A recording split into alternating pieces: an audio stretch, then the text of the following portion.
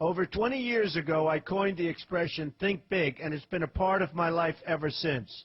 It's also come true. I became an even bigger success after I said it than I was before. And that's one reason I think it's an important way to think. It obviously works, and that's what I'm going to talk about today.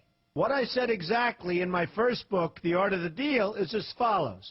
I like thinking big. I always have. To me, it's very simple. If you're going to be thinking anyway, you might as well think big. That book was a bestseller, and it's considered a business classic at this point. But I never thought those words would become bestsellers in their own right. It's an interesting point that I'm famous for two very short statements. Think big and you're fired. But let's stick to the first one for today. And I'd suggest strongly that you pay attention so that you won't have to hear the second one. Thinking big starts with the details and grows from there. Because I'm a builder, I'm very aware of the importance of having a good foundation. You can't take chances in construction. You can't be haphazard and say, well, maybe this will work, maybe it won't, so let's try it and find out. Because a lot of people will be at risk. I have to know if something will work or not. Every inch has to be accounted for. In other words, thinking big starts with being thorough. So number one, be thorough. Don't count on happenstance to get you anywhere, because it won't. Number two, get a momentum going and keep your momentum going. You have to have big ideas, but you've got to have the energy to get them done, which can sometimes take a long time. If you don't have momentum, you will not have what it takes to get the job done. Patience alone isn't enough. I have a lawyer friend who used to refer to me as the reverse tornado who builds everything in his path. I always like that because it implies a lot of energy and a lot of momentum. And that's exactly what it takes to get anything done. So keep your momentum going. Number three, stay focused. You have to stay focused. The minute you lose focus, you will also be losing your momentum. They go together, and you will accomplish a lot more, even amazing things, if you make sure you keep these two things working together for you. I've seen very talented people literally go down the drain because they couldn't seem to keep their focus long enough to get anything done. In this day of multitasking, that can be a real challenge, but it's absolutely necessary. Ask yourself this question: what should I be thinking about right now? That simple question can restore your focus in no time at all. And your answer right now should be listening to Donald Trump. Number four, look at the solution, not the problem. This is very important if you ever want to learn to think big. And here's why. No matter what you do, you're bound to run into problems. It's just part of life, a part of business, a part of anything worth doing. If you let the problems get in your way, they'll become bigger than your idea was to begin with, and you will be a wipeout. No matter how bad things look, keep your focus on the solution, and you will be surprised how things can work out, and work out properly. One way I do this is to ask myself when confronting a possible problem, is this a blip or is this a catastrophe? A catastrophe is something like an earthquake, a tsunami, a war, and so forth, and a blip is everything else. Right away you'll have the right perspective, and your equilibrium will be restored. So keep your focus on the solution. Number five, see opportunity for what it is, an opportunity. For example, why are you listening to me today? Curiosity? You like me? You don't like me? You want to learn? You have nothing else to do? You want to hear me tell you you're fired? I hope not, but whatever your reasons might be, they've brought you to a good place to get involved and to learn,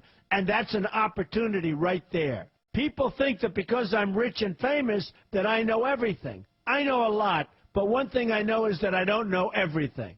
So I ask myself this question every day. What can I learn today that I didn't know before? And you know what? I learn something new every single day. That's a big reason for my success, and the same thing can apply to you. Take the time to see today as an opportunity, and you'll be surprised by what can come your way. Be open to new ideas, and you will be creating your own opportunities before too long. Number six, know everything you can about what you're doing. That's a good way to cover your bases. Another good way is to read the book Robert Kiyosaki and I have written together, Why We Want You to Be Rich. It's about covering your bases and knowing what's going on. I remember when some guys came in to meet with me about a great idea they had for an atrium for a building on Wall Street. It was a beautiful idea except for one thing. None of them had thought about how the building would be supported around this fabulous atrium. They didn't take into account the steel columns that were necessary to support a 72-story building, a very big and embarrassing oversight that could have been avoided if they'd taken the time to think about what they were doing. Don't let that happen to you. Know what you're doing first. Number 7, be lucky. Remember the old saying, the harder I work, the luckier I get. Well, it happens to be true. It works for me, and I've encountered some pretty big successes. But this goes along with something that's absolutely necessary for great success. Be passionate. You have to love what you're doing if you want to be successful at it. My father told me that it's absolutely true. I might work 7 days a week, but it doesn't seem like work to me because I love what I'm doing. If you don't like what you're doing, find something else to do, or do it part-time until you can find something full-time. You will never be successful, happy, or healthy unless you're doing what you love to do. That's just the way it is. So give it some thought. In fact, give it a lot of thought. For example, if you're feeling frustrated, there are 2 ways to look at the situation. Frustration can mean that maybe you're expecting too much, or it can be an indication that you know you should be, or could be, doing more. Use frustration as a motivator. Use it to get where you want to go instead of staying where you don't want to be. But above all, be passionate. That's the fast track to success, no matter what your interests are. Number 8, see yourself as victorious. That can zap negativity immediately and put a positive spin on problems. I've gotten to the point where I see problems as challenges that I'll enjoy meeting and dealing with. My point here is that no matter what you do, you will encounter problems. Why not see them as challenges instead and know that you are more capable of dealing with them? That's positive thinking with a realistic slant. When I go into negotiations, I keep an open mind to what may happen. But I can tell you that there's already a done-deal attitude on my part. I've already thought the process through to the extent that I know everything will be better off if they agree with what I've come up with because I've taken both sides into account. I enter the situation with a victorious attitude, and I've had enough victories to know that this attitude works. Use it. Number 9, be smart. Know that you have something unique to offer because you do use the tools that are provided for you and remain open to new ideas. That's being smart. That's also where innovation comes from. Being smart means you know how to use what you've got. That doesn't mean there's nothing left to learn, but it means that you will have the ability to learn and move forward with success. And success is very important. Success is what you want. Just be successful. Believe me, you'll be happier. I know people who have had very few real advantages in life, and yet they've managed to become giant successes. They figured out how to use what they had, not to dwell on what they didn't have. I'm convinced that everyone has something useful to offer, and if you apply yourself diligently, you'll find that you have what it takes to succeed, and you're going to be a lot happier for it.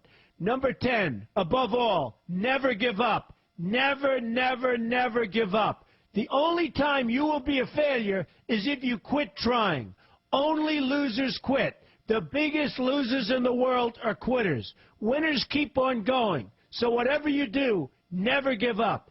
My father always used to harp, never give up, son, never give up. Don't ever quit. I never want to see you give up or quit. Well, my father was a smart guy, and I listened to him. And remember, think big. A good way to start is to read our new book, Why We Want You to Be Rich. 2 men, 1 message. There's a lot of great advice in there for you, and I expect you to pay attention. You're going to do fantastically well. You're going to be a winner, and I'm going to see you in the winner's circle.